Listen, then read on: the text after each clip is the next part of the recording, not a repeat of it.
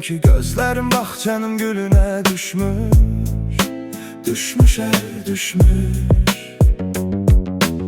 Qəhrini çəkdiyim gülün surəti xəyalımın sakit gölünə düşmüş.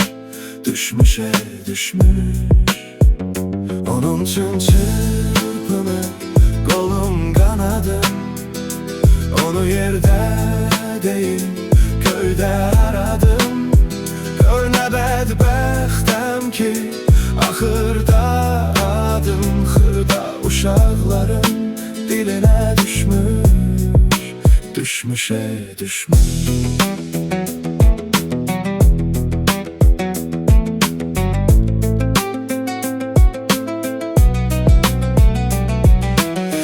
Burada keçdi gənclik həyatım, hər yandan bağlandı rahi nicatım. Mənliyim, şərəfim, müqəddəratım bir dəli ceyranın əlinə düşmüş.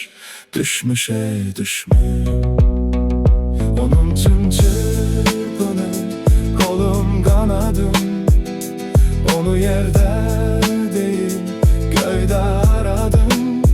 Gör nə bədbəxtəm ki, axırda adım xırda uşaqların dilinə düşmüş. Düşmüş, düşmüş.